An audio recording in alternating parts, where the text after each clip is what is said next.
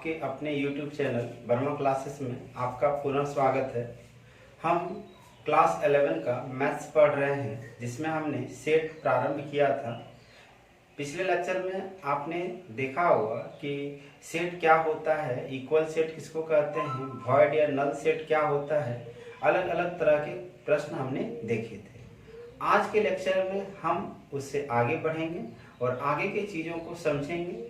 कहीं भी आपको कोई प्रॉब्लम हो तो कमेंट सेक्शन तो है ही, आप वहाँ पे हमसे पूछ सकते हैं। तो चलिए स्टार्ट करते हैं। आगे हम देखते हैं सेट्स के कि क्या आज हमको पढ़ना है।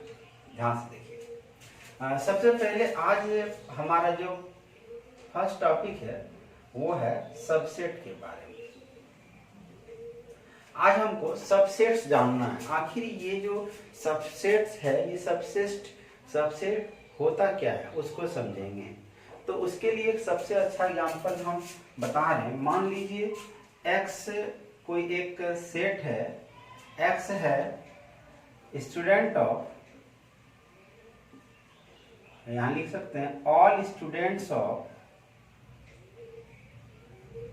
Your class. मान लीजिए कि x क्या है, x ऐसा सेट है, आपके क्लास के सभी स्टूडेंट्स का सेट है। मतलब x में आपके क्लास के सभी स्टूडेंट्स के बारे में जिक्र है। इसमें सब स्टूडेंट्स का नाम है, हर स्टूडेंट्स का ये सेट है, लेकिन आपके क्लास का। मान लीजिए y ये भी ले रहे हैं, ये भी एक सेट है, लेकिन all students of your school. हाँ, समझिए क्या कहना चाहे।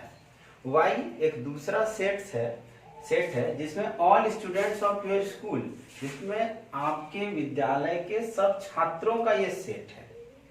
तो यदि हम सीधे सिंपल वर्ड में कहें तो क्या ये जो x है, x मतलब जो ऑल स्टूडेंट ऑफ मेरा क्लास है, यानी कि ये स्टूडेंट आपके क्लास के बारे में यदि बोल रहा है, तो हम यह कह सकते हैं कि आपके क्लास में जो स्टूडेंट है वो तो फिक्स है कि वो स्टूडेंट आपके स्कूल में भी होगा। मतलब एक स्कूल में अलग अलग क्लास होता है, तो यदि कोई स्टूडेंट किसी पार्टिकुलर क्लास से बिलोंग कर रहा है, इसका मतलब ये हम मान सकते हैं कि वो जो स्टूडेंट है ना, वो उस स्कूल से भी बिलोंग कर रहा है। जैसे मान लीजिए राम एक लड़का है, राम एक लड़का है जो 11th क्लास का है, ठीक है। और ये जो है आपका कोई भी हाई स्कूल में पढ़ रहा है, ठीक है, एक पार्टिकुलर हाई स्कूल में पढ़ रहा है। तो राम, सबसे पहले राम किसी पार्टिकुलर क्लास से बिलोंग कर रहा है और राम आप ही के स्कूल का है, तो हम बोल सकते हैं कि राम जो है क्लास से ही बिलोंग कर रहा है, 11th क्लास का है, प्लस राम इस स्कूल से भी बिलोंग कर रहा है। इसका मतलब क्या हुआ, ध्यान समझने का प्रयास करते हैं। इसको तब हम बोल सकते हैं कि x जो है वो सबसेट है मेरा y का। x जो है वो सबसेट है मेरा y का। इसका मतलब ये जो आपको साइन दिख रहा है, इसका मतलब होता है इज ए सबसेट ऑफ,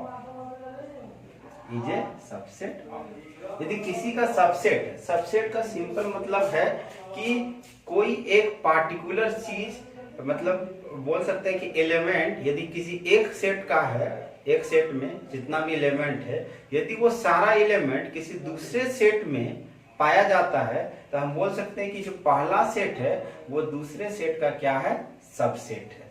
समझ में आया होगा।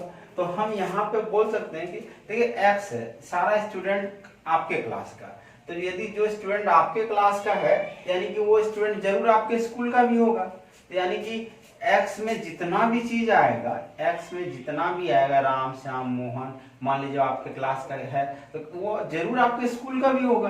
तो यानी कि इसको बोल सकते हैं x subset of y। x जो है x, इसको बोल सकते हैं x is a subset of y। x जो है मेरा y का क्या है, सबसेट है। x मेरा क्या है, y का सबसेट है। तो आपको समझ में आया होगा सबसेट का एक्चुअल मीनिंग क्या होता है। एक बार मैं फिर से सिंपल आसान शब्दों में बताने की कोशिश कर रहा हूँ, ध्यान समझिएगा। एक्स ये बोल रहा है कि all students of your class, आपके क्लास में बहुत सारा लड़का होगा। Why all student of your school, आपके स्कूल में बहुत सारा लड़का होगा। तो ये तो फिक्स है ना कि यदि आपके क्लास में वो लड़का है, जिसका मतलब वो लड़का आपके स्कूल में भी है। लेकिन यदि उल्टा हम बात करें कि मान लीजिए बहुत सारा ऐसा लड़का होगा जो आपके स्कूल में ना हो। यदि बहुत सारा लड़का जो आपके स्कूल में है, बहुत सारा लड़का है स्कूल में जो आपके क्लास में ना हो। कहने का मतलब समझिए कि मान लीजिए मेरा एक दोस्त है जो 12वीं कक्षा में है, तो लेकिन वो उस स्कूल में तो है, लेकिन वो मेरे कक्षा में नहीं है। लेकिन हम यदि 11th में हैं, लेकिन हम तो उस स्कूल में तो हैं। मतलब एक दूसरे भाषा में समझिए, एक सिंपल यदि मैथमेटिक्स के तौर पे समझा रहे हैं, उसमें कोशिश कीजिए समझने का। मान लीजिए कोई एक एलिमेंट है x, ठीक है, ये 1, ये 2, ये 3, ये 4, ऐसा एलिमेंट है, ठीक है। इसको ध्यान समझिए। तो x और ये y है, मान लीजिए 1 है, 2 है, 3 है, 4 है, 5 है, ऐसा कुछ है। आप देखिए x जो है, x में 1 2 3 4, ये जो x का जो सारा एलिमेंट है ये y में है, जरूर है। 1 2 3 4 5 सब है। तो हम बोल सकते हैं कि x जो है ये सबसेट है y का।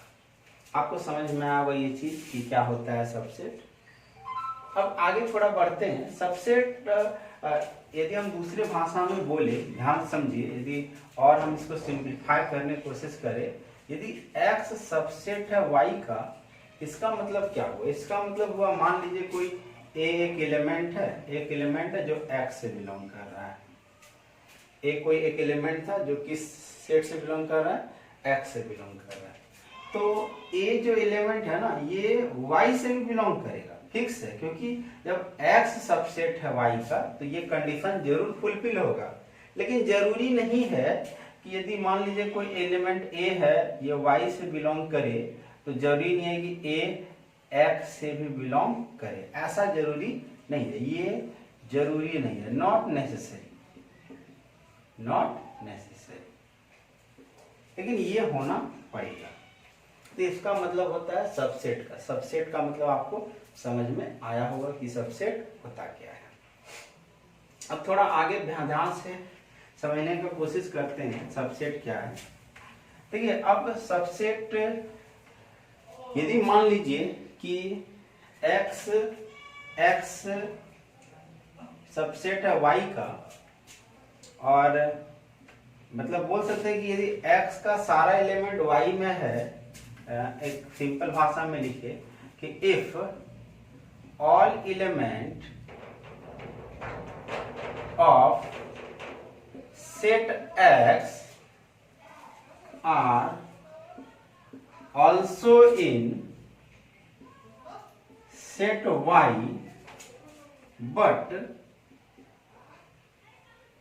set x and set y are not equal,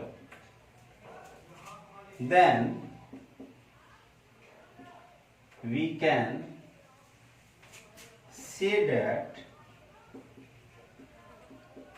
x is a proper subset of y। तब हम x को प्रॉपर सबसेट ऑफ y कह सकते हैं। और y इज कॉल्ड सुपरसेट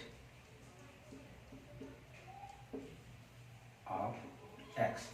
ध्यान समझिए मीनिंग क्या है। मीनिंग ये कहने का मतलब है कि x में बहुत सारा एलिमेंट है, y में बहुत सारा एलिमेंट है। x का तो सारा एलिमेंट y में है, लेकिन x बराबर y नहीं है। जैसे कि एक सिंपल सा एग्जांपल मैंने अभी बताया था, मान लीजिए x में 1 है, 2 है, 3 है, और y में 1 है, 2 है, 3 है, 4 है। तो यहाँ पे देख रहे हैं कि x जो है ना, x जो है ये तो है x का सारा एलिमेंट y में है। x का सारा एलिमेंट क्या है? y में। आप देखिए x का कौन पर 1 है, 2 है, 3 है, तो x का जो एलिमेंट है y में तो है ही। लेकिन x बराबर y है, क्या दोनों सेट इक्वल है? कल के क्लास में मैंने बताया था कि दो सेट तभी इक्वल होता है जब सारा एलिमेंट, यानी कि इसमें 1 2 3 है, इसमें 1 2 3 ही होना चाहिए, उससे ज्यादा नहीं होना चाहिए।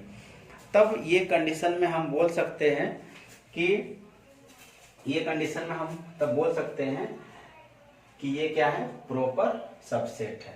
मतलब x जो है ये प्रोपर सबसेट है y का। और इस y को, चूंकि y में सारा एलिमेंट है, जो x में नहीं है वो भी एलिमेंट है, इसलिए y को सुपर सेट कहते हैं। तो ध्यान से समझिए इसको फिर से। सबसेट का मतलब सिंपल वही हुआ कि यदि किसी सेट में जितना भी एलिमेंट है, यदि वो सारा एलिमेंट किसी दूसरे सेट में हो, तो पहले वाला को कहते हैं कि पहला वाला क्या है, सबसेट है दूसरे वाले का। यदि पहला वाला में सारा एलिमेंट है, पहला वाला का सारा एलिमेंट दूसरा वाला में है, लेकिन दोनों आपस में बराबर नहीं है, तो हम बोल सकते हैं कि पहला वाला है उसको प्रोपर, मतलब सबसेट का एक टाइप हो गया प्रोपर सबसेट। ठीक है, तो ये आपको समझ में आया होगा कि सबसेट क्या है, प्रॉपर सबसेट क्या है। यदि इसमें कोई प्रॉब्लम है तो आप पूछ सकते हैं, और कहीं पे भी प्रॉब्लम यदि लगे तो आप जरूर बताइए हमको। तो ये सबसेट और प्रॉपर सबसेट के बारे में मैंने आपको बताया। चलिए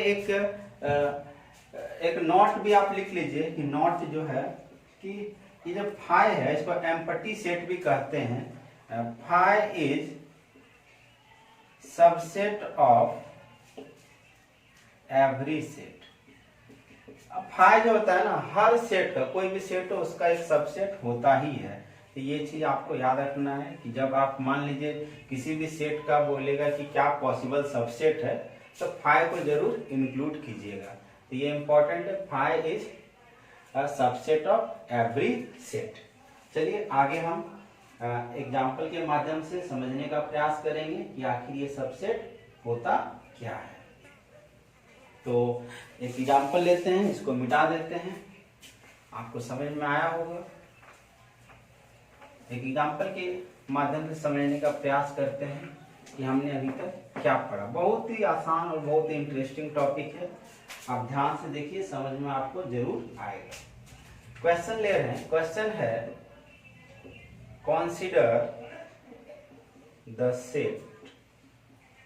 सेट क्या क्या है, एक फाई है, दूसरा a बराबर दिया 1,3, b बराबर है 1 5 9,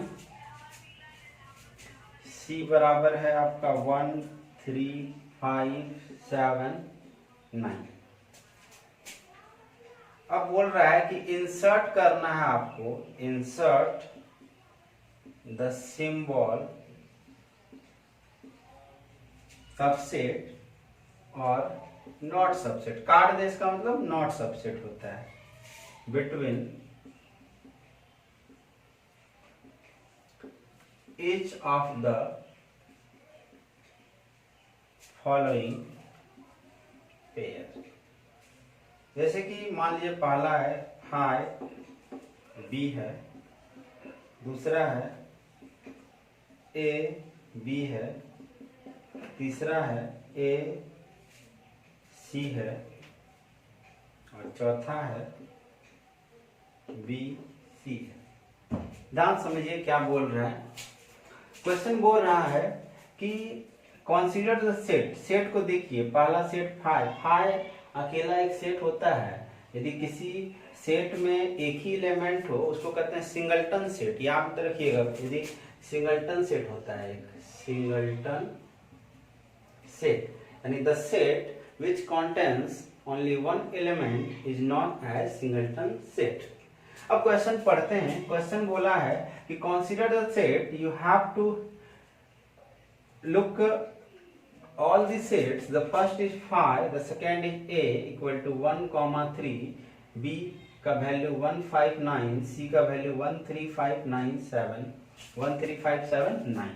अब पूरा इंसर्ट करना है सिंबल। मैंने ये आपको बताया है, इसका मतलब होता है कि सबसेट। सबसेट कहने का मतलब यदि ये डाल रहे हैं, ये इधर आगे एक वर्ड होगा, मान लीजिए ए है, इधर डाल रहे हैं ये मान लीजिए बी है। इसका कहने का मतलब है कि ए का जो सारा एलिमेंट है ना, ए में जितना भी एलिमेंट है वो बी में भी जरूर होगा। और यदि ये काट दिया, इसका मतलब है कि ए का जो सारा एलिमेंट है वो बी में मौजूद नहीं है। तो ये चीज है। अब इस क्वेश्चन के माध्यम से समझने का प्रयास करते हैं और देखते हैं क्या है। बहुत ही इंटरेस्टिंग है, आप सिर्फ ध्यान लगाइए, इसमें आपको समझ में आएगा, चुटकी में समझ में आएगा। देखिए पहला मतलब फाई क्या सबसेट है बी का।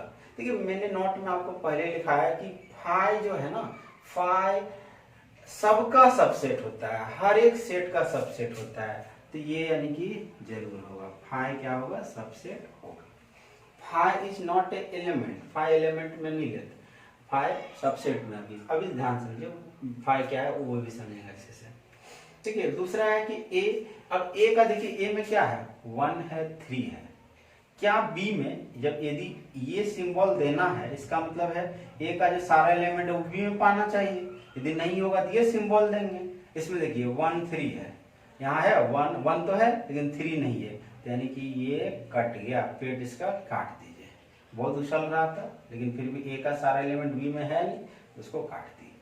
अगला देखिए, अब ए का सारा एलिमेंट, ए में क्या है 1 3 है, तो उसके बाद सी में देखिए 1 3, हाँ इसमें भी पाया गया है 1 3। बाद में मत देखिए, बाद में क्या है उसको गोली मारिए। आप सिर्फ देखिए कि ए वाला शुरू वाला का सारा एलिमेंट बाद वाला लास्ट इसमें है कि नहीं, हाँ है, यानी कि ये सबसेट है। चौथा देखिए बी कहाँ है 159, बी सबसेट बोल रहा है सी का। देखिए 159 है, 1 है 5 है 9 है, बिल्कुल है, तो ये ऐसा सिंबल दे देंगे। तो आपको समझ में आएगा, बहुत ही आसान है कि कौन सा सबसेट है कौन सा सबसेट नहीं है। चलिए तो आगे बढ़ते हैं, आगे समझने का प्रयास करते हैं। इसको अच्छे से नोट कीजिए, आप वीडियो पॉज करके भी नोट कर सकते हैं, वो आप पे है, आप कितना अच्छा से उसको देख रहे हैं।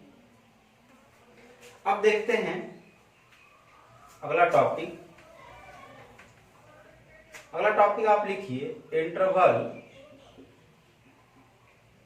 As a subset of R. देखिए ये इसका कहने का मतलब क्या हुआ कि interval as a subset of R. R मतलब हुआ रियल नंबर का सबसेट।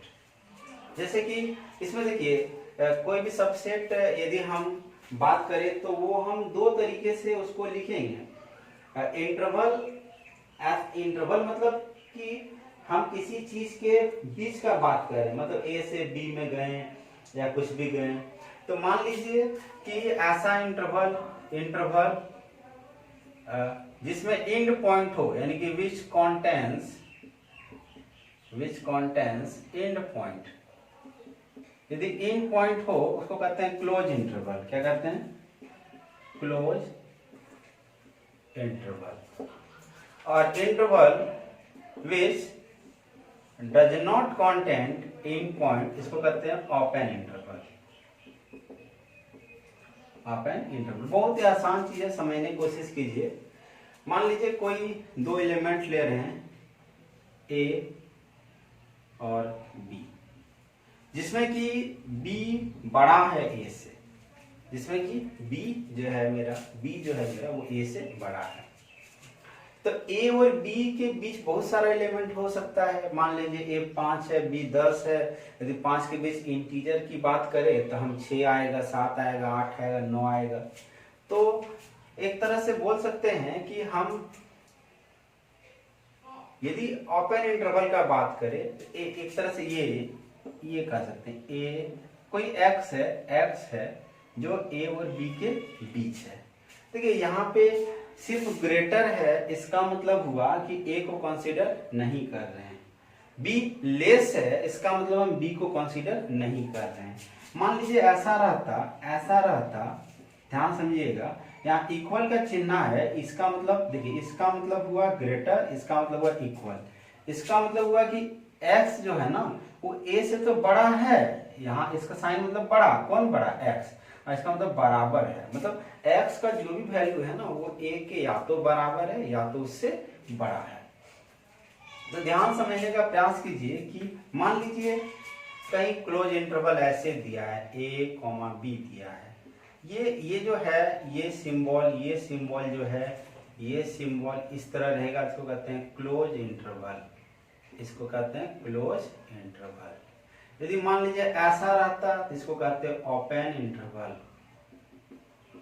मान लीजिए कोई ऐसा रहता, क्लोज अंदर ही रहता लेकिन छोटा वाला ब्रैकेट रहता, तो इसको भी हम कहते हैं ओपन इंटरवल। यदि a कॉमा b है, इसका मतलब क्या हुआ, इस ये देखिए a कॉमा b पता है एक इंटरवल को बता रहा है। इसका मतलब हुआ कि x कोई होगा सच डेट जो x का वैल्यू होगा ना वो a से, देखिए यहाँ क्लोज है, क्लोज मतलब उसको ऐड करना है, तो यहाँ लिख सकते हैं हम x b।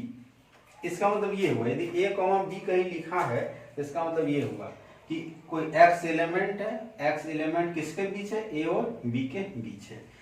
यहाँ ब्रैकेट मतलब इसका कहने मतलब यही हुआ a और b के बीच का एलिमेंट ले रहे हैं। ये क्लोज ब्रैकेट है, दोनों तरफ से ढका हुआ है। देखिए ये यदि स्टार्टिंग में ये हो, ध्यान समझिए, इसमें बहुत सारा कंफ्यूजन हो जाएगा, इसको लगा दी तो ओपन ब्रैकेट है, नहीं। यदि स्टार्टिंग में मान लीजिए कोई एक वर्ड लिखते हैं, यदि हम इस तरह लिख रहे हैं इसका मतलब ये क्लोज है। मान लीजिए a है, यदि हम इस तरह लिख रहे हैं इसका मतलब ये क्या है, ओपन है। मान लीजिए b है, यदि इस तरह लिख रहे हैं इसका मतलब ये क्या है, क्लोज है। यदि b है, यदि इस तरह लिख रहे हैं इसका मतलब क्या है, ये ओपन है। तो ये ओपन क्लोज का मीनिंग आपको समझना है। मैं पूरा का पूरा फिर से एक बार लिख दे रहा हूं ताकि आपको किसी भी तरह का कोई प्रॉब्लम नहीं होना चाहिए। चलिए पूरा का पूरा मैं आपको लिख दे रहा हूं फिर से अच्छे से आप समझिए, लॉजिक समझिए, बहुत ही आसान चैप्टर है। Set is one of the easiest chapter of class 11 का। क्लास 11 मैथमेटिक्स सबसे इजी चैप्टर है, ध्यान दीजिए।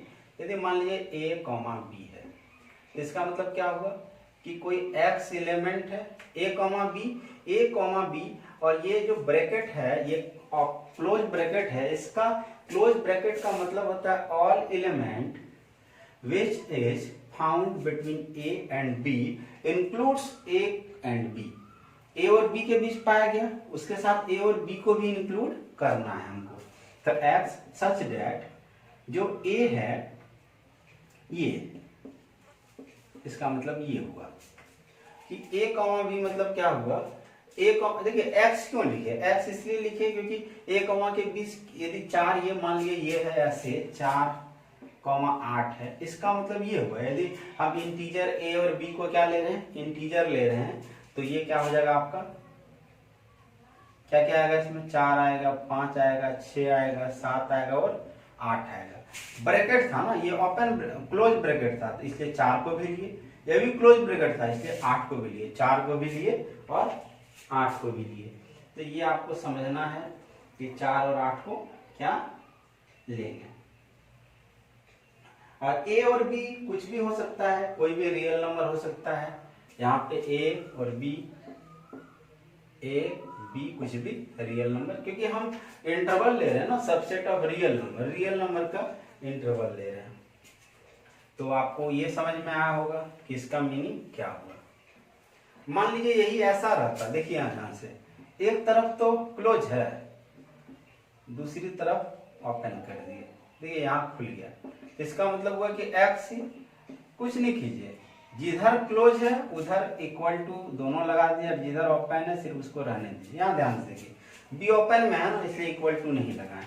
मान लीजिए ऐसा रहता है a कॉमा b, तो इसमें x सच दैट a, इसमें दोनों तरफ ओपन रह जाता है, क्या दिक्कत है। मान लिया ऐसा रहता है a कॉमा b, तो ये जो है और ये जो है दोनों का मतलब एक ही होता है, स्मॉल ब्रैकेट है, तो ये भी यही बता रहा है। आशा करते हैं ये चीज आपको समझ में आया होगा कि क्लोज ब्रैकेट और ओपन ब्रैकेट का कॉन्सेप्ट। एग्जाम्पल के माध्यम से हम और सीखेंगे, इसको समझने का प्रयास करेंगे। एक एक चीज को आप जरूर नोट करें, मैं थोड़ा टाइम दे रहा हूं ताकि आप आसानी से इसको नोट कर सके।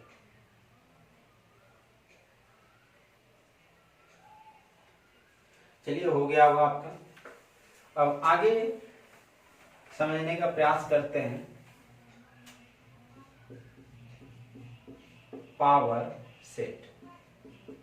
ये पावर सेट क्या होता है इसको समझने का हम प्रयास करेंगे, आखिर ये पावर सेट क्या है। मान लीजिए कोई एक सेट है ए, तो उसका जितना भी कलेक्शन होगा सबसेट, तो उसको हम पावर सेट कहते हैं। यानी कह सकते हैं हम द कलेक्शन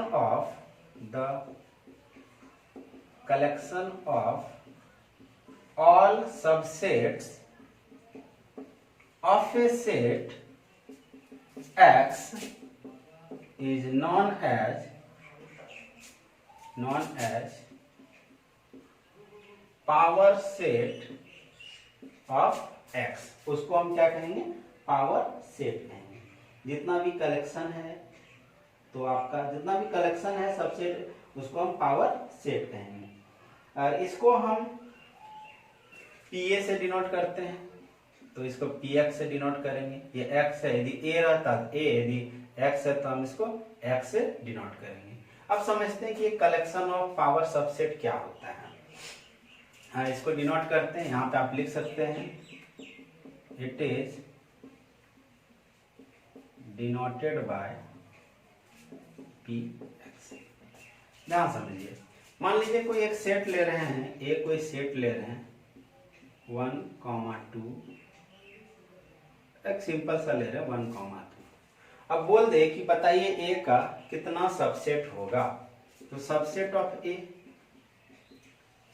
ऑफ ए कहने का मतलब समझिए, सबसेट ऑफ ए कहने का मतलब है कि यदि हम जो भी सेट बनेगा ना, जो भी सेट बनेगा, क्या वो सेट ए से बिलोंग करेगा? मतलब उस सेट का सारा एलिमेंट यदि ए में होगा तब ना उसको कहेंगे सबसेट। जैसे हम बताएं आपको कि ए सबसेट बी, तो यानी कि ए का सारा एलिमेंट बी में है, तो बोल रहा है ए सबसेट ऑफ ए बताइए। तो देखिए ए का सबसेट सबसे पहले 5 होगा, 5 तो होगा ही, क्योंकि 5 सबका सबसेट होता है। दूसरा क्या होगा? दूसरा आपका 1 लिख सकते हैं अकेला। अब देखिए क्या 1, ये मान लीजिए इसको कोई दूसरा सेट मान लीजिए, इसको मान लेते हैं सपोज x बराबर 1 है और a बराबर क्या है 1, 2। यदि इस दोनों को सिर्फ कंपेयर करेंगे तो हम देख रहे हैं कि एक तो इसमें पाया गया है ना, यानी कि इस तरह हम लिख सकते हैं, यानी कि x जो है वो a का क्या है? सबसेट है। तो वही कि जो सबसेट ऑफ a लिख रहे हैं ना, तो ये भी तो a का सबसेट है ना। आप ध्यान से वीडियो पॉज करके फिर से देखिए। मेरा कहने का मतलब है कि हम वो चीज इसमें लिखिए जो a का सबसेट हो जाए। तो सबसे पहले 5 लिखिए और सबको सिंगल सिंगल फॉर्म में लिखिए। एक को लिखिए, फिर इसको 2 को लिख दिया अलग, और ये ब्रैकेट डालिए क्योंकि सेट का लिख रहे हैं, सबसेट लिख रहे हैं हम इसमें। और एक तो क्या हो सकता है 1, 2 एक साथ। यानी कि हम नोट में यदि लिख दे कि each set is also a subset of itself, मतलब हर सेट अपने का सबसेट होता है। मतलब मेरा एक तरह से हम एक कॉपी मान ले कि मेरा हूबहू कोई आदमी आ गया, तो हूबहू आदमी का गुण और मेरा गुण तो सेम होगा ही। तो वही कहने का मतलब है कि 1, 2 इसी का तो निकालना है ना सबसेट, लेकिन 1, 2 में 1, 2 भी लिखे। चलिए एक और एग्जांपल के मदद समझते हैं कि सबसेट क्या होता है। मान लीजिए कि a बराबर लिख रहे हैं 1, 2, 3, 5। अब देखते हैं क्या क्या इसका पॉसिबल है। तो यदि हम सबसेट लिखना चाहें, सबसेट ऑफ ए में क्या आएगा? सबसे पहले 5 तो आएगा, फिर सबको सिंगल लिखिए, एक अकेला। हाँ, ये जो एक है ना, ये सबसेट है किसका? ए का, क्योंकि एक क्या इसमें पाया गया है? हाँ पाया गया है। एक अकेला लिखिए, 2 अकेला लिखिए, 3 हर को पहले अकेला लिखिए, अकेला लिख दिए, फिर एक साथ 2 का पेयर लिखिए 1, 2, फिर 2, 3, 2, 3, फिर 3, 5, 3, 5, फिर 1, 5। अब ऐसा नहीं कि लिखिए 5, 1, 2, 1 नहीं, वो आ गया 1, 2 लिखे, यानी कि 1, 2 दोनों आ गए। जरूरी नहीं कि 2, 1 लिखे। पहला सिंगल सिंगल लिखिए, दूसरा 2, 2, तीसरा 3, 3, मतलब 1, 2, 3 एक साथ लिखिए 1, 2, 3, फिर 2, 3, 5, 2, 3, 5, फिर लिख सकते हैं 1, 3, 5, 1 3 5 ये हो गया। और एक तो पूरा एक साथ होगा ही, 1 2 3 5। अब काउंट कीजिए इसको, 1 2 3 4 5 6 7 8 9 10 11 12 आपका 13। टोटल कितना हो गया आपका? 1,2 लिखे, 1,2 लिखे, सही बात है। 1,3 नहीं लिखे हैं, इसको भी लिखना पड़ेगा ना, क्योंकि 1,2 लिखे, सही बात है। 2,3 लिखे, लिखे। 3,5 लिखे, लिखे। 1,5 लिखे, 1,3 नहीं लिखे थे, 1,3 आप लिख सकते हैं, 1,3। यहां से हम फिर से लिख दे रहे हैं ताकि आपको कोई दिक्कत ना हो। फिर से देखिए इसको, क्योंकि जितना भी जो छूट गया वो प्रॉब्लम हो जाएगा बाद में आपको समझने में, इसलिए एकदम बेसिक से समझने का प्रयास करते हैं। सबसे पहले तो 5 होगा सिंगल अकेला, उसके बाद 1 होगा अकेला, उसके बाद 2 होगा आपका, उसके बाद 3 होगा आपका, उसके बाद 5 होगा। इतना तो होगा ही सब अकेला। अब 2 का, इस दोनों का हम कंपेयर लिखते हैं, 1,2। फिर 1 को 3 से कर दीजिए, 1,3 भी होगा। 1 को 5 से कर दीजिए, 1,5। 1 का काम खत्म हो गया। 2 2 1 इस दोनों में तो हो गया, 1,2 लिखिए, 2,1 ये दोनों, 2 3 2 3। फिर 2 3 हो गया, फिर 2 2 5 ये भी हो गया। 2 का भी काम खत्म। 3 में आइए, 3 और 1, 1 और 3, हाँ हो गया है। 3 2 ये भी हो गया, 3 5 बचा था, ये कंप्लीट हो गया, यानी 2 2 का पेयर कंप्लीट हो गया। 3 3 का पेयर करते हैं, 1 को करते हैं 1 2 3 से, 1 2 3 1 2 3। अब इसमें हम लिख सकते हैं 1 2 5 भी लिख सकते हैं इसको, 1 2 5 1 2 5, 3 को रहने दिए। मतलब कर क्या रहे हैं, 1 को हम इंक्लूड कर रहे हैं, 1 के साथ और 2 को इंक्लूड करना है, तो एक बार 2 3 इंक्लूड कर दिए, एक बार 2 5 इंक्लूड कर दिए। अब देखिए 2 को इंक्लूड यदि कर रहे हैं, 2 1 3 1 2 3 या 2 1 3 तो वो हो ही गया है। 2 3 5 कहीं है, 2 3 5 लिखे हैं, देखिए तो नहीं, तो 2 3 5 2 3 5 काउंट कीजिए, 1 2 3 4 5 6 7 8 9 10 11 12 13 14। उसके बाद और कुछ बचा है, देख सकते हैं आप, 1 2 5 हो गया आपका, 2 3 5 2 3 5 भी हो गया आपका। एक तो पूरा होगा एक साथ भी लिख सकते हैं। इधर हो गया 1 2 3 1 2 3, सही बात है। 1 2 5 1 2 5 2 3 5, एक बार 1 3 5 छूट गया है, 1 3 5। तो यदि 1 2 3 जब लिखे 1 3 5, इसमें भी आप लिख सकते हैं 1 3 5, मतलब कोई छूटना नहीं चाहिए। और 1 2 3, देखिए समझ में आ जाएगा कि कैसे पता चलेगा मेरा छूट गया है नहीं छूटा है।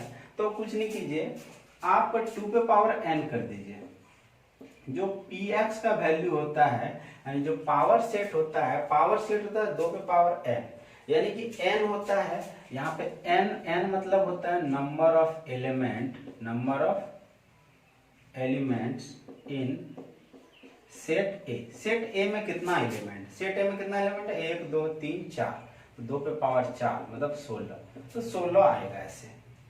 तो आप ऐसे बना सकते हैं, सेट निकालना हो या सबसेट निकालना हो, बहुत ही आसान सा टर्म है, सेट हो या सबसेट हो आप आसानी से निकाल सकते हैं। एक और एग्जांपल लेते हैं ताकि और अच्छे से आपका क्लैरिटी हो जाए। मान लीजिए एक एग्जांपल लिए जिसमें हम लिखे ए, अकेला लिए ए, इसका क्या क्या हो सकता है। यदि इसका सबसेट का बात करें, सबसेट सबसे पहले तो 5 तो होगा ही, 5 के साथ साथ ए अकेला है।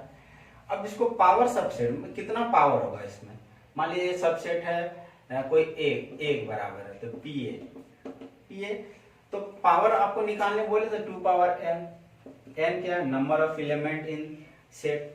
तो ए में क्या वो एलिमेंट है, एक ही वो एलिमेंट है ना, 2 पे पावर 1 यानी 2, आप काउंट कीजिए 2 ही होगा। दूसरा लेते हैं, मान लीजिए a बराबर a, b, इसका सबसेट क्या क्या होगा, सबसेट इसका सबसेट पहले फाइव तो अकेला होगा ही, फिर ए अकेला होगा, फिर बी अकेला होगा, फिर ए कॉमा बी एक साथ होगा। तो इसमें भी यदि पावर निकालना है तो 2 पावर n, ये आप सबको जोड़ सकते देख सकते हैं, 1 2 3 4, 4 ही ऐसे ही आएगा, n का वैल्यू 2 है, 2 4। तो आप दोनों को वेरीफाई कर सकते हैं। पावर सेट के बारे में इतना ही है, आपको अच्छे से समझना है कि पावर सेट होता क्या है।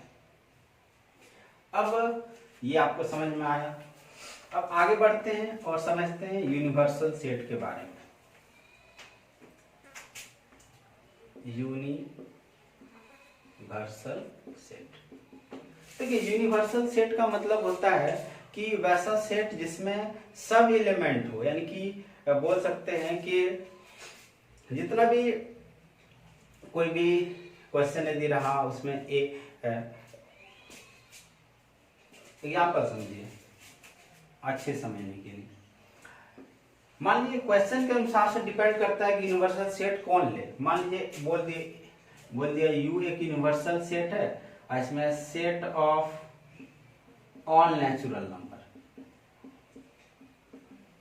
तो यहाँ पे जो यूनिवर्सल सेट हो जाएगा वो क्या होगा, 1, 2, 3 से इनफाइनाइट, यही होगा।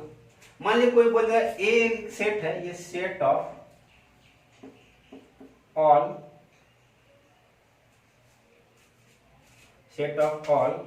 ऑड नंबर, तब इसमें क्या क्या हो जाएगा, 1 होगा, 3 होगा, 5 होगा, 7 होगा। मान लिया बी बोल दे कि set of all even number, तो क्या क्या हो जाएगा, 2 होगा, 4 होगा, 6 होगा, ऐसे हो जाएगा। तो एक से गौर कीजिए आप कि set of all natural number बोल रहा है। यूनिवर्सल सेट मतलब हम बोल सकते हैं कि set of all real number.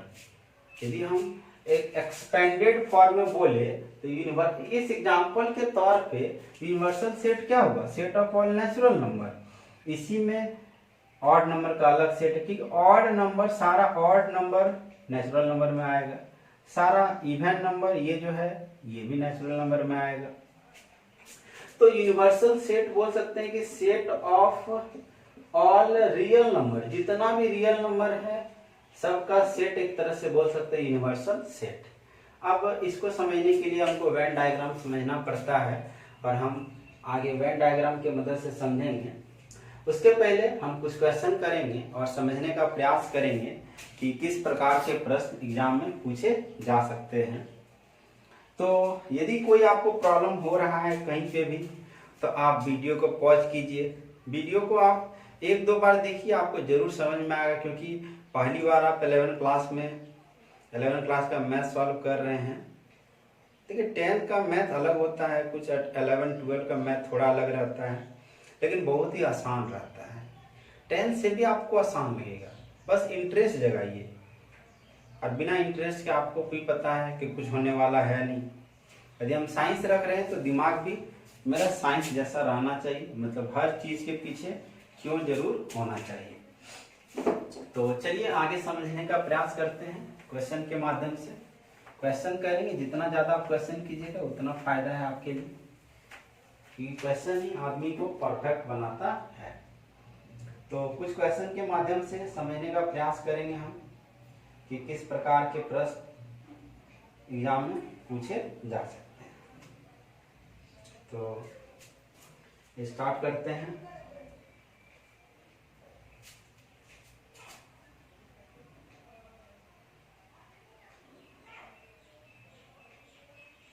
Question लिखिए, क्वेश्चन नंबर 1। इसमें स्टेट करना है, state in each case whether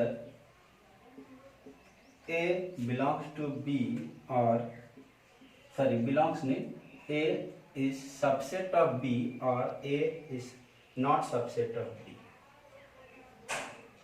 पहला है A का मान है 0 1 2 3, दूसरा है 1 2 3 4 5, दूसरा A 5 है, B 0 है। तीसरा ए का वैल्यू x है such that x belongs to z और x स्क्वायर इक्वल टू 1। और दूसरा है b x such that x belongs to n और x square equal to 1।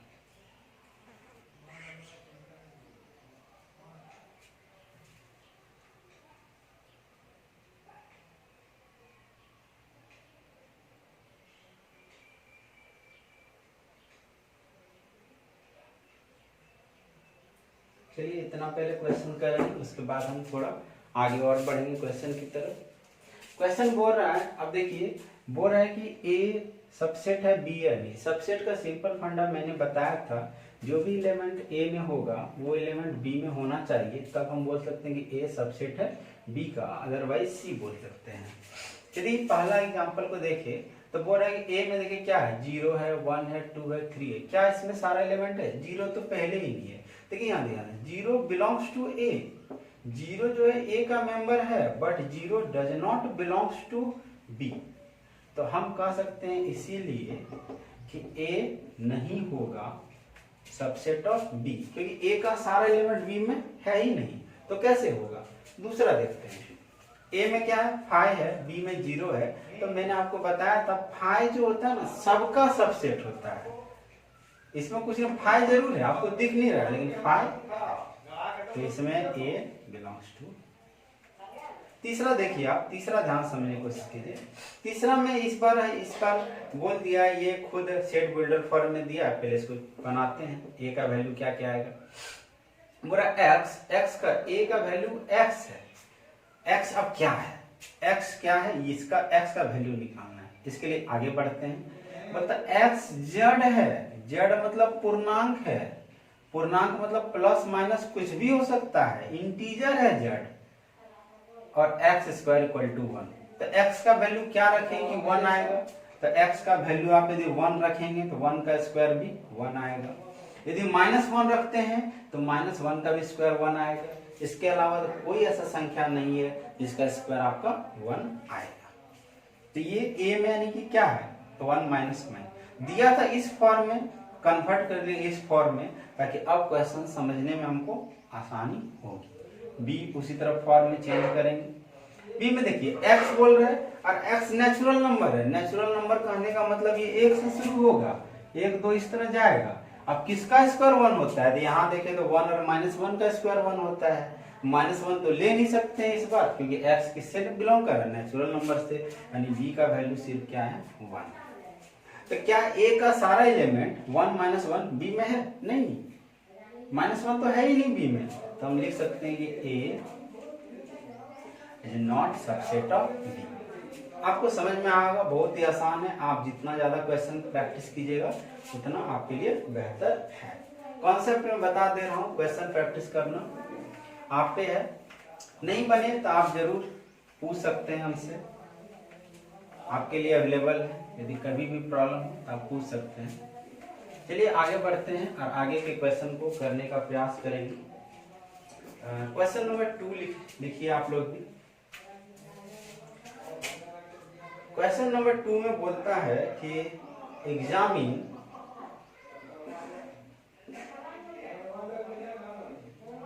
Weather the following statements are true और फॉल्स। बताना है कि जो स्टेटमेंट है वो ट्रू है या फिर फॉल्स है। नंबर 1 कॉलम ए कॉमा जो बी है ये ऐसा दिया है आपको, ठीक है। दूसरा है ए है, ये बिलोंग्स है आपका ए कॉमा बी कॉमा सी।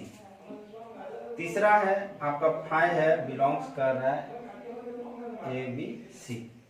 तो ए बी सी सबका ये दिया हुआ है। और चौथा है आपका कि मान लीजिए ये x है, x बिलोंग्स टू w और x plus 5 equal to 5 equal to 5। तो ये आपको कुछ है, इसको बताना है कि कौन सा स्टेटमेंट ट्रू है, कौन सा फॉल्स है। ठीक है, ध्यान से। इसका मतलब होता है आपका सबसेट, मतलब इसका मतलब आपका हो गया सबसेट, इसका मतलब होता है एलिमेंट, मतलब बिलोंग्स करना, दोनों में अंतर है। ये यूज होता है, ये यूज होता है सेट के लिए, और ये यूज होता है एलिमेंट के लिए। ये आपको डिफरेंस क्लियर होना चाहिए। ध्यान देखिए, ये यूज कर रहे थे कि सेट का बात कर रहे हैं, तो हम देख रहे हैं कि ए कॉमा बी का मतलब इसमें देखिए ए कॉमा बी जो दोनों है, क्या इसमें है, यहाँ पे देखिए ए कॉमा बी जरूर है, आगे पीछे है लेकिन है ना, तो हम बोल सकते हैं कि पहला जो स्टेटमेंट है वो मेरा ट्रू है कि ए कॉमा बी सबसेट है बी सी ए का। दूसरा देखिए, यहाँ पे ध्यान से देखिए, ये होता है किसके लिए, ये होता है एलिमेंट के लिए, लेकिन ये होता है आपका एलिमेंट के लिए। क्वेश्चन एक बार फिर से देख लेते हैं ताकि समझने में कोई दिक्कत ना हो आपका। ये वाला आप अच्छे से लिखिए, यहाँ पे ब्रैकेट का बहुत लोचा होता है, इसलिए इसको सेट के लिए यूज किए। ये ए होता है आपका सेट के लिए, लेकिन यहाँ पे ये एलिमेंट्स का बिलोंग्स का चिन्ह दे दिया है, तो ये तो होगा ही नहीं, ये तो वैसे ही फॉल्स है। यदि मान लीजिए ऐसा रहता है, ये रहता है ए बिलोंग्स रहता है ए कॉमा बी कॉमा सी, तब सही होगा, लेकिन अभी खुद एक सेट हो गया, तो ये ऐसा नहीं हो सकता है। ये देखिए आप ध्यान से, फाइव तो होगा ही सबका ट्रू।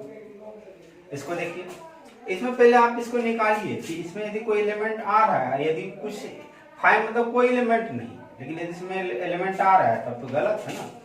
एक्स है, एक्स क्या है, होल नंबर तो 0 1 2 3 4 5, और यहाँ पे देखिए एक्स का वैल्यू क्या रखे कि 5 आ जाए, तो एक्स का वैल्यू 0 रखते हैं, तो 0 होल नंबर है, हाँ है, यानी कि यहाँ पे एक एलिमेंट है 0, लेकिन इधर तो बोलता है 5 है, ये तो गलत बोल रहा है ना, इधर तो एक एलिमेंट है, 0 इज ऑल्सो एन एलिमेंट, ये 5 बोल रहा थी गलत है, इसको हम लिख सकते हैं फॉल्स। तो आपको समझ में आया होगा कि कौन सा ट्रू होगा कौन सा फॉल्स होगा, बहुत ही आसान है। चलिए आगे हम बढ़ते हैं और अगले पड़ाव की ओर समझने का प्रयास करते हैं।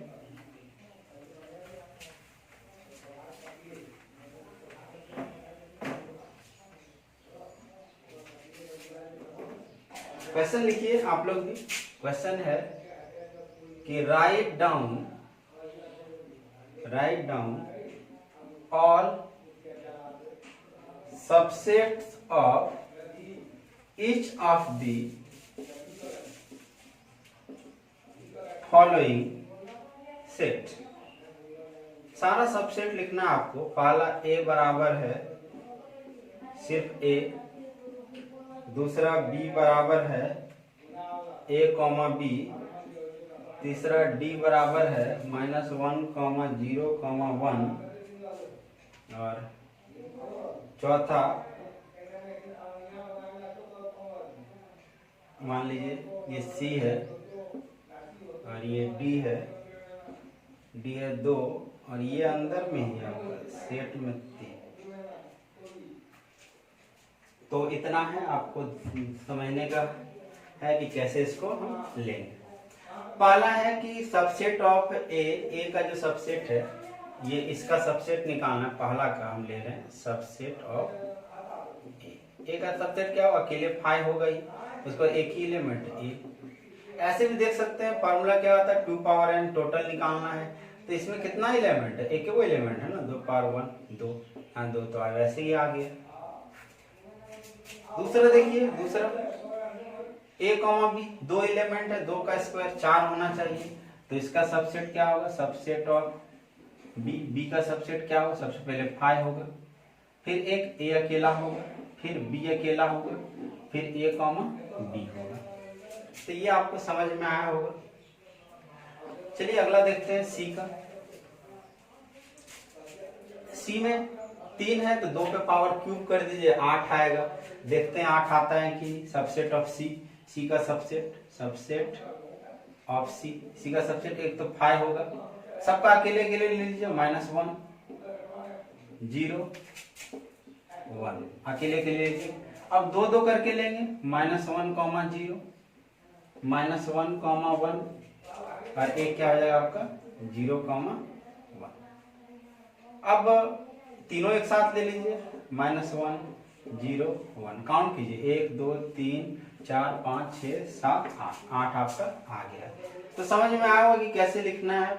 पहले भी मैं एग्जांपल के माध्यम से समझा चुका हूँ, फिर भी कुछ एक्सरसाइज का क्वेश्चन लेके हम समझा रहे हैं आपको। देखिए अब ये इसका सबसेट ले, इसमें कितना एलिमेंट आप देखिए, ये जो बाहर वाला सेट है इसको देखिए, 2 और ये पूरा एक एलिमेंट है, ये पूरा एक एलिमेंट है किस सेट का, डी का है।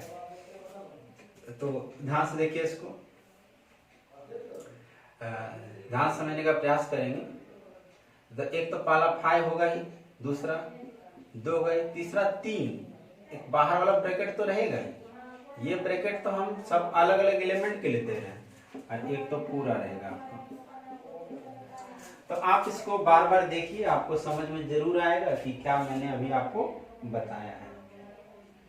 तो अब हम कुछ क्वेश्चन ले लेते हैं जिसमें इंटरवल के बारे में पूछा गया है। इंटरवल के बारे में मैंने आपको अभी कॉन्सेप्ट दिया है, तो चलिए कुछ इंटरवल के बारे में हम आगे चर्चा कर लेते हैं। क्वेश्चन है आपका कि right each of the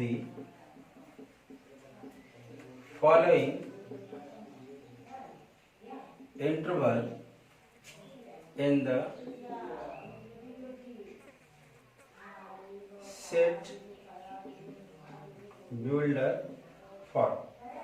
set builder form में आपको लिखना है, ध्यान से समझने का कोशिश कीजिए। a बराबर है -2, इसका मतलब देखिए, इसका मतलब हुआ कि ओपन ब्रैकेट है वो। दूसरा ये पहला है, दूसरा b बराबर, ये क्लोज ब्रैकेट में दिया है 4 से 10, तीसरा -1 से 8। ठीक है, ध्यान समझते हैं। तो कैसे लिखें इसको, इस तरह सिंपल लिखिए, ए पाला का लिख रहे हैं ए, यहाँ क्या लिखेंगे x such that x belongs to real number. Real number, इसके अंदर मैंने बताया था आपको कि ये जो इंटरवल है वो रियल नंबर पर डिफाइन होता है। तो ये x है, x belongs to real number. उसके साथ साथ ये जो x का जो वैल्यू है वो -2 से, देखिए दोनों तरफ क्या है, ओपन ब्रैकेट है ना, तो इस तरह लिख सकते हैं आप सिंपल में। कहीं पे भी एक ब्रैकेट रहता, कहीं एक ब्रैकेट रहता तो यहाँ पे हम इक्वल, मतलब ये कहीं एक क्लोज ब्रैकेट रहता तो हम इक्वल टू का चिन्ह देते। दूसरा यहाँ पर देखिए, दूसरा ये भी x है, x बिलोंग्स टू r। उसके बाद देखिए ध्यान से, x बिलोंग्स टू r हो गया। अब 4 10, यानी कि ये 4 ले लिए, 4 ग्रेटर देन इक्वल टू 10 ले लिए, तो ये आपका हो गया। इसको देखिए सी नंबर ध्यान से देखिए, ये x है, x बिलोंग्स टू r, और ये आपका -1, x लेस देन 8। तो ये आपको समझ में आना चाहिए, कोई दिक्कत नहीं होना चाहिए। तुमको कम कर क्या खराब कर रही।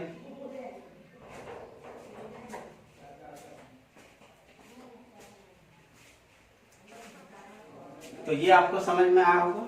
चलिए आगे हम पढ़ते हैं और आगे कुछ क्वेश्चन करेंगे और समझने का प्रयास करेंगे कि किस प्रकार के क्वेश्चन और पूछे जा सकते हैं।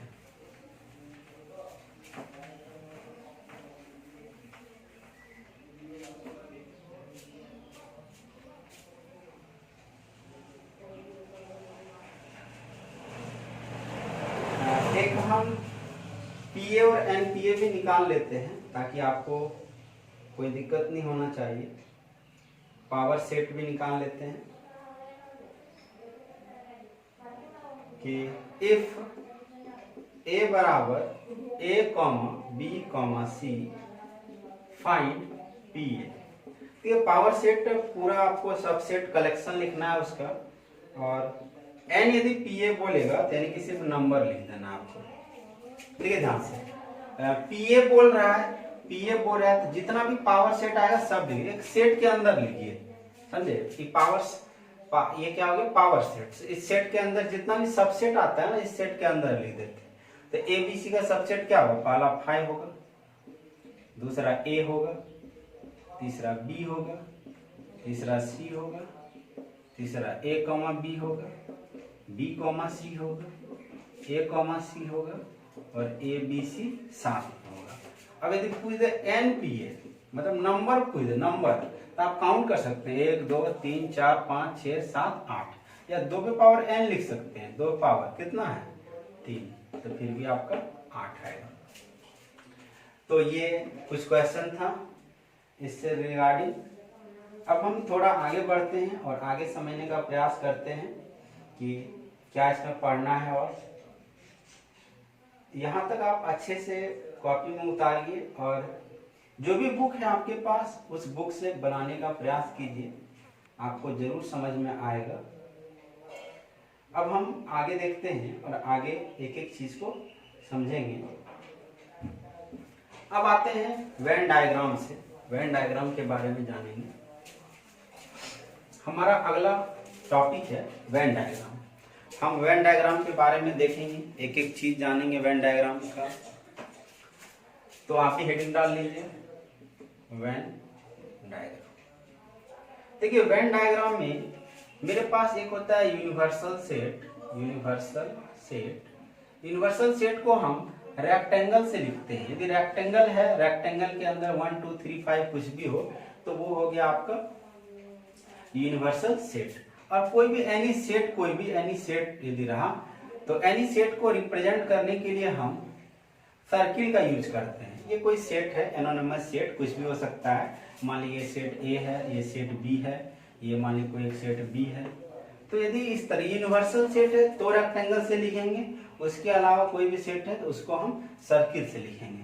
और ये जो सेट होगा एनी सेट ना, ये हमेशा लाइज करेगा, मतलब ये यूनिवर्सल सेट है, इसी के अंदर कोई दूसरा सेट रहेगा। यूनिवर्सल मतलब इसमें सब है, इस सेट में जितना भी एलिमेंट होगा ना ये यूनिवर्सल सेट के ही अंदर होगा। तो कहने का मतलब ये है मेरा। अब हम सेट पे ऑपरेशन देखेंगे और वेन डायग्राम की मदद से हम समझने का प्रयास करेंगे। वैसे भी समझेंगे, प्रयास करेंगे और वेन डायग्राम भी साथ साथ चलेंगे दोनों का। देखिए operation on set, operation on set. सबसे पहला होता है कि union of set. Union of set, देखिए यूनियन ऑफ सेट क्या होता है। मान लीजिए कि मेरे पास दो कोई सेट है, मान लेते हैं कि let us consider A comma B are two sets. A comma B क्या है, कोई सेट है।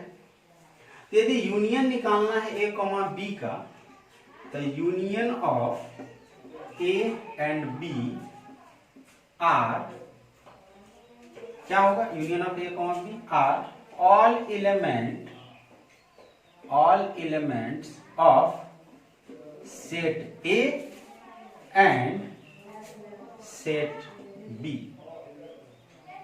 उसके बाद कॉमन एलिमेंट जो रहेगा, कॉमन एलिमेंट जो दोनों मिलता रहेगा, आर रिटर्न वंस। मतलब कॉमन एलिमेंट को हम एक ही बार लिखेंगे, ये नहीं कि एक से दो बार लिख दिए। जैसे कि मान लिए ए है कोई, जैसे मान लिया 1 है 2 है 5 है।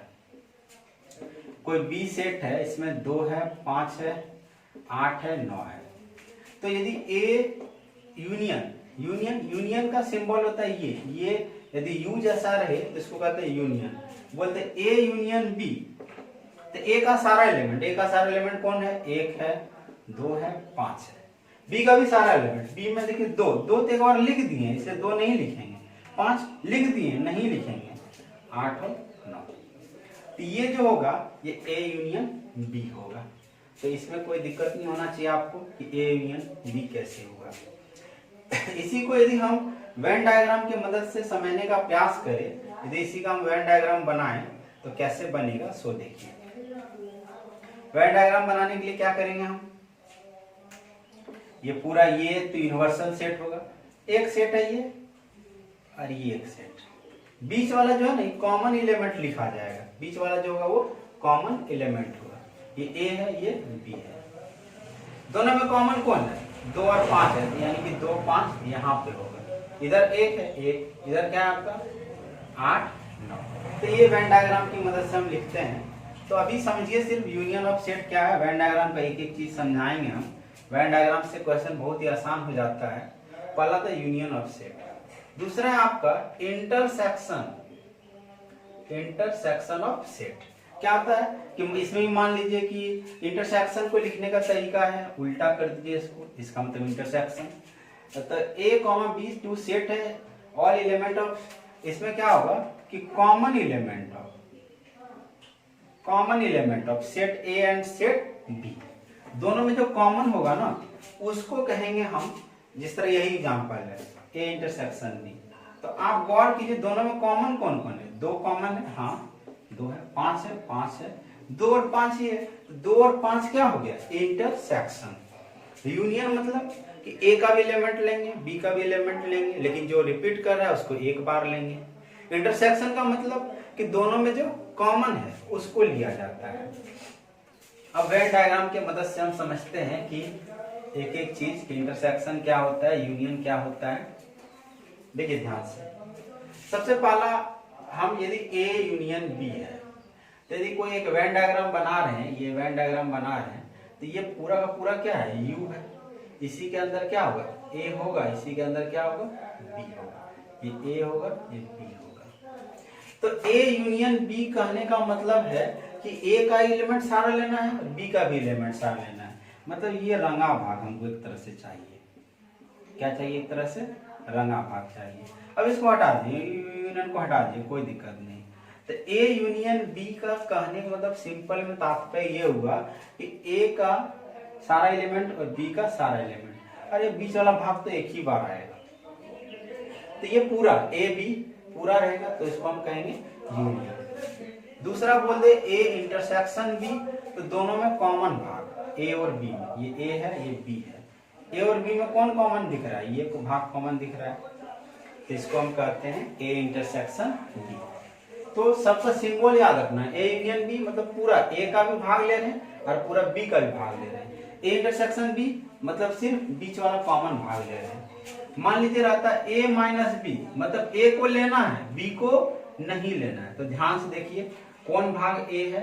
देखिए ये पूरा भाग ए है ना, ये पूरा भाग ए है और ये पूरा भाग बी है। तो ये a माइनस बी कहने मतलब a को लीजिए लेकिन b को नहीं लीजिए। तो b तो यहाँ भी आ गया ना, लेकिन इस भाग में नहीं आया, तो सिर्फ इधर वाला भाग, इधर वाला छोड़ दीजिए, b पूरा छोड़िए देना है। चौथा कि मान लिया b माइनस a रहता, तो एक तरह से बोलते हैं इसमें क्या लेना है? b को लेना है।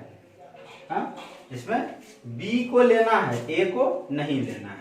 तो ए को कहाँ आ गया आपका? ए इसमें भी आ गया, यानी कि सिर्फ ये भाग हो जाएगा आपका। फिर से ध्यान समझिए, ए यूनियन बी मतलब ए का भी और बी का भी लेंगे। ए इंटरसेक्शन बी मतलब जो कॉमन है उसको लेंगे। ए माइनस बी मतलब सिर्फ ए का लेंगे, बी का नहीं। बी माइनस ए सिर्फ बी का लेंगे, ए का नहीं।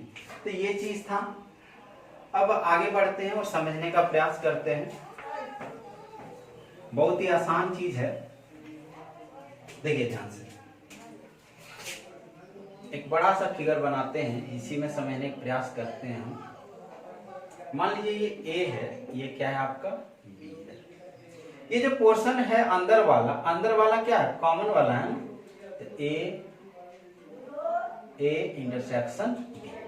ये वाला पोर्शन में क्या है? ए है लेकिन बी नहीं है। ये वाला पोर्शन में क्या है? बी है लेकिन ए नहीं है। यही नहीं ये चीज बता रहा है। मान लीजिए टोटल हमको नंबर ऑफ एलिमेंट निकालना है ए में, कि पूरा ए में कितना एलिमेंट है, इसको ढक दीजिए। तो ए में तो यही दो को दिखेगा ना, यानी कि कहीं बोल देंगे एन ए निकालिए, तो एन ए क्या होगा? इसको जोड़ दीजिए, n A minus B plus N A intersection B. देखो फॉर्मूला बन गया। अभी फॉर्मूला को रटने जाए तो कितना प्रॉब्लम होगा। ऐसे ही फिगर बनाइए। देखिए दूसरा, देखिए नंबर ऑफ एलिमेंट बी में बोल रहा है इस पे, तो एन बी क्या होगा? इसको जोड़िए और इसको जोड़िए, यानी कि n B minus A plus N A intersection B. ये आपका एक हो गया। कितना आसान है, मतलब एन ए भी पता चल गया, एन बी भी पता चल गया। लेकिन मान लीजिए बोलते कि पूरा लो, पूरा ढक के ले लो, तो एन ए यूनियन बी, यही लेना है। यूनियन मतलब ये भी लेना है, ये भी लेना है, ये भी लेना है। इसके लिए क्या करेंगे, तीनों को जोड़ देंगे, N A minus B plus N A intersection B plus N B minus A. आपको समझ में आ रहा होगा क्या कर रहे हैं, मतलब एन ए माइनस बी लिखे, एन ए इंटरसेक्शन बी लिखे और एन बी माइनस ए लिखे। अब n A minus B, A minus B देखिए यहाँ एन ए माइनस बी के बदले लिख सकते हैं, ये पूरा उठा के इधर ले आइए तो क्या हो जाएगा, ये एन ए और ये इधर चल जाएगा ना, एन ए माइनस बी। उसके बाद एन ए इंटरसेक्शन बी तो है ही, प्लस एन बी माइनस है, यहां से एन बी माइनस से निकलेगा तो ये हो गया n B plus N B minus, क्योंकि ये इधर आएगा ना, तो एन ए इंटरसेक्शन बी। तो कुछ कुछ कट रहा है, देखिए ये कट गया। तो फाइनली मेरा एन ए यूनियन बी आपका क्या है, n A plus N B minus n A intersection B. Final फिर से लिख देते हैं ताकि आपको लिखने में दिक्कत ना हो। फाइनल आया मेरा n A plus N B minus n A intersection B. ये मेरा फॉर्मूला आया। इस फॉर्मूला का हम यूज करेंगे क्वेश्चन बनाते समय। तो यदि कोई प्रॉब्लम हो रहा है तो आप जरूर पूछ सकते हैं, समझ में आ गया होगा। बहुत ही आसान है कि कैसे आया फॉर्मूला, एक एक करके हम डिराइव कर दिए।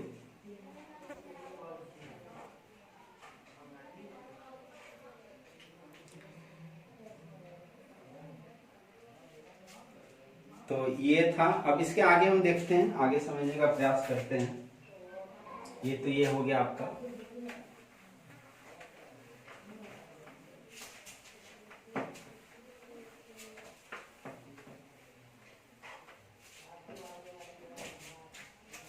देखिए कॉम्प्लीमेंट निकालना, कॉम्प्लीमेंट ऑफ एनी सेट। किसी भी सेट का कॉम्प्लीमेंट निकालना है, तो किसी भी सेट का कॉम्प्लीमेंट निकालना है तो कुछ नहीं कीजिए, उसको यूनिवर्सल सेट में घटा दीजिए। जैसे कहने का मतलब समझिए, मान लीजिए u का वैल्यू कुछ है 1 2 3 4 5 6। मान लीजिए a है 1, b है 2 3 4। तो बोल दे कि a कॉम्प्लीमेंट, डैश लगा है, a डैश मतलब a कॉम्प्लीमेंट है। तो a कॉम्प्लीमेंट निकालना है तो u में घटा दीजिए a।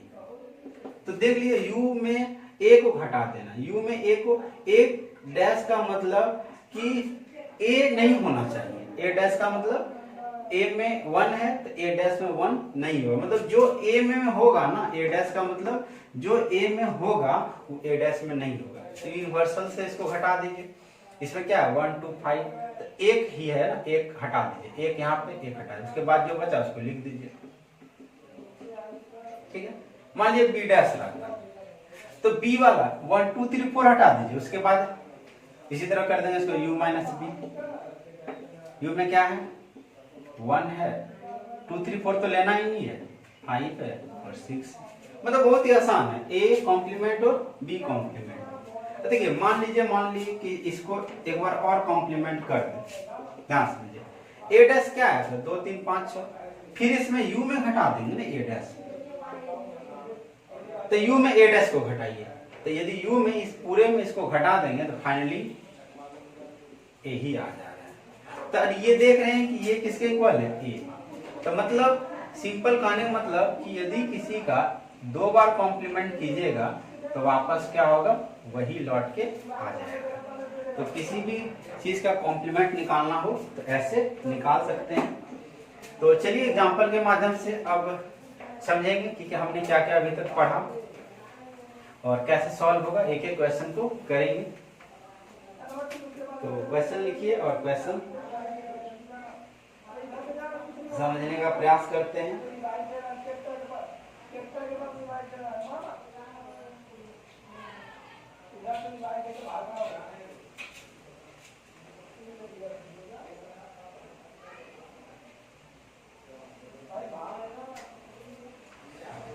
क्वेश्चन है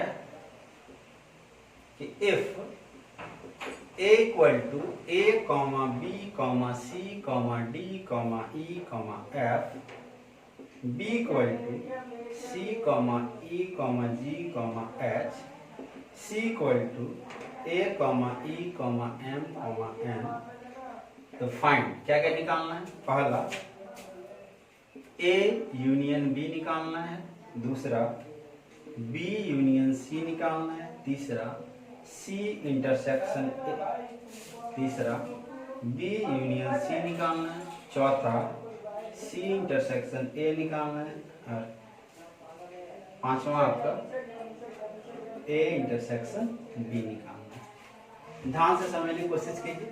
पहला A यूनियन B। यूनियन का मतलब क्या हुआ कि A में भी रहे और B में भी रहे, सबको ले लेना है, लेकिन जो रिपीट कर रहा है उसको एक ही बार लेंगे।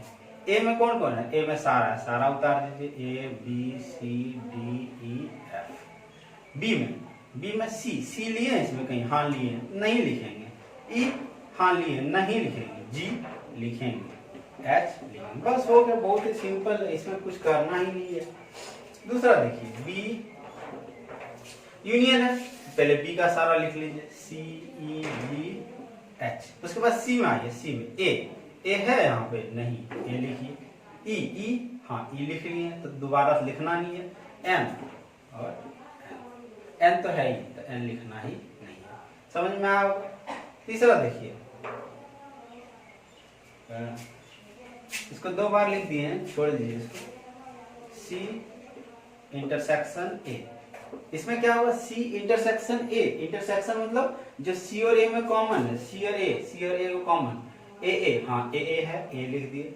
कॉमन क्या क्या है, बी है यहाँ पे कहीं, ना सी ना डी ना ई हाँ है, यही हो गया।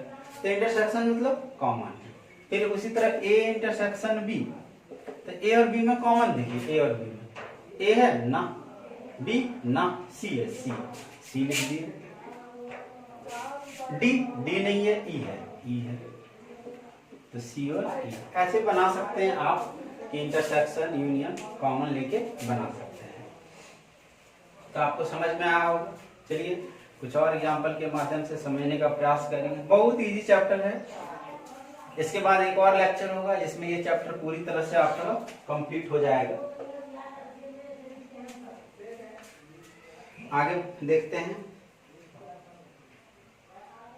क्वेश्चन लिखिए आप। क्वेश्चन है कि इफ ए बराबर X such that X belongs to N, X N से बिलोंग कर रहा है, बी जो है X such that X belongs to N and X is even,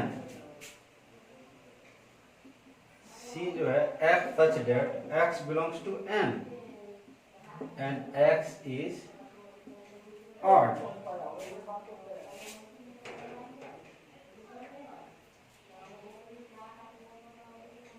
और डी जो है X belongs to N and X is prime. Then find number A intersection B, A intersection C, A intersection D, B intersection C। इतना ही देखते हैं, इतना ही समझने की कोशिश करते हैं। पहला है कि आप देखिए, यदि इसको समझने की कोशिश कीजिएगा तो ये बोल रहा है कि A जो है x है और x नेचुरल नंबर है, यानी कि x का वैल्यू 1 3 4 5 ऐसे इनफाइनाइट तक जाएगा। इसको हम एक्सपेंड करके लिख लिए समझने के लिए। बी देखिए, बोला नेचुरल नंबर है लेकिन इवन है, यानी कि ये हमको लगता है ऐसे जाएगा, 2 4 6 8 ऐसे जाएगा। सी देखिए, बोला नेचुरल नंबर है लेकिन ऑड है, मतलब 1 3 5 7 ऐसे जाएगा। डी देखिए, डी बोलता है नेचुरल नंबर है लेकिन प्राइम है, मतलब 2 3 5 7 11 ऐसे जाएगा। यही होगा यदि हम इस तरह एक्सपेंड यानी कि रोस्टर फॉर्म में लिखना चाहें तो। पहला क्या था A intersection B. A intersection B मतलब देखना है कॉमन कौन है, क्या ए और बी में कोई कॉमन है? ए में 1 2 3 4, बी में 2 4, यानी कि देखिए यहाँ 2 है, यहाँ भी 2, यहाँ 4 4, तो दोनों कॉमन आ रहा है ना। कॉमन क्या आ रहा है? कॉमन आ रहा है 2 4, जो बी वाला है, जो बी वाला कॉमन, यानी कि डायरेक्ट हम बी भी तो लिख सकते हैं। क्यों लिखेंगे 2 4 6? ए और बी में कौन वाला कॉमन है? तो बी वाला सारा कॉमन है। दूसरा देखिए ए इंटरसेक्शन सी। ए और सी में कॉमन कुछ आ रहा है? हाँ आ रहा है, 1 3 5, मतलब जो सी वाला वही कॉमन आ रहा है। कॉमन क्या आ रहा है? 1 3 5 7, यानी कि इसको डायरेक्ट हम सी भी लिख सकते हैं। चलिए तीसरा क्या है? A intersection D. A intersection D, A intersection D. A में क्या है?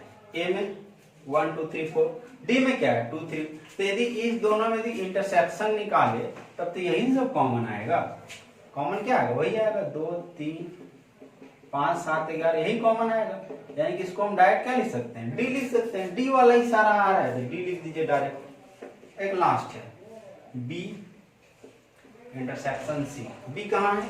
बी यहाँ, बी में 2 4 6 है, सी में 1, कोई कॉमन है ही नहीं। तो कोई कॉमन नहीं है तो मतलब ये एम्पटी है, कोई है ही नहीं। तो समझ में आया होगा ये चीज। चलिए आगे देखते हैं, आगे के क्वेश्चन को करेंगे। तो ये आपको यूनियन और इंटरसेक्शन का मोटा मोटी किस तरह का क्वेश्चन आएगा वो आपको समझ में आया होगा।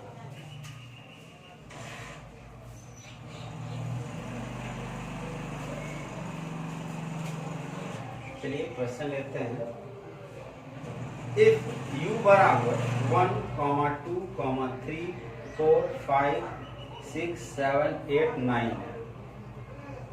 a बराबर है आपका 1 2 3 4, b बराबर आपका 2 4 6 8, c बराबर आपका 1 4 5 और 6।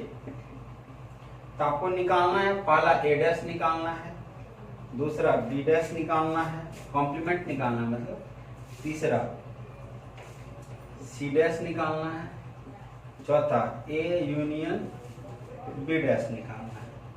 चलिए इतना सॉल्व करते हैं और समझने का प्रयास करते हैं कि क्या आएगा इसमें। देखिए ध्यान से, पहला a डैश निकालना है।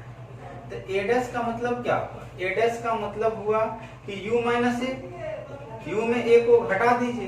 तो u में तो सारा है ना, a में जो रहेगा वो कट जाएगा अपने, 1 हट गया, 2 हट गया, 3 हट गया, 4 हट गया, बाकी तो बच गया ना, यानी कि 5 6 7 8 9। दूसरा देखिए आपका b डैश। b डैश क्या होगा? u माइनस b, b को हटा दीजिए। b क्या है?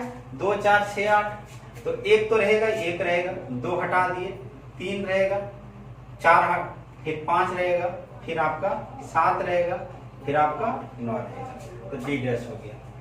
देखिए तीसरा सी डैश है। सी डैश मतलब u माइनस सी, तो सी वाला हटा दीजिए, 1 हट जाएगा, 2 रहेगा इसमें, 4 फिर 3 रहेगा, 4 हट गया, 5 भी हट गया, 6 हट गया, 7 8 9। चौथा देखिए ए यूनियन बी कॉम्प्लीमेंट। तो पहले ए यूनियन बी निकालिए तब निकल जाएगा। तो ए यूनियन बी पहले निकाल लेते हैं इसको सॉल्व करने के लिए। A union B, A union B में क्या आएगा? ए में जो और बी में कॉमन है उसको दोबारा नहीं लिखना है। 1 2 3 4 6 8, यही ना आएगा इस दोनों को यदि हम इंटर यूनियन लीजिएगा। अब ए यूनियन बी डैश निकालना है, तो यू में घटा दीजिए ए यूनियन बी को। तो ए यूनियन बी ये वाला टर्म सब घटा दीजिए। तो 1 कट गया, 2 कट गया, 3 कट गया, 4 कट गया, 5 रहा, 7 रहा, 9 रहा। तो क्या हो गया? 5 7 9। तो ये बहुत ही आसान था, आपको समझ में भी आया होगा। आप जितना प्रैक्टिस कीजिएगा बार बार उतना आपके लिए अच्छा है और फायदेमंद है। तो ये बहुत ही आसान था। चलिए कुछ क्वेश्चन करते हैं। फॉर्मूला जो हमने लिखा उस पर क्वेश्चन करते हैं कुछ, और क्वेश्चन के माध्यम से समझने का प्रयास करेंगे। जो मैंने फॉर्मूला बताया, फॉर्मूला में फिर से लिख दे रहा हूँ एक बार, जो फॉर्मूला आपको रिमेम्बर करना है। फॉर्मूला क्या था कि यदि मान लीजिए Na निकालना था तो हम बोले थे Na minus B plus N A intersection B. दूसरा मैंने बताया था कि Nb निकालना है n B minus A plus N A intersection B. तीसरा मैंने बताया था कि यदि ये ही निकाल लेना यूनियन तो Na plus N B minus n A intersection B. मतलब ये तीन फॉर्मूला का आपको यूज करना है।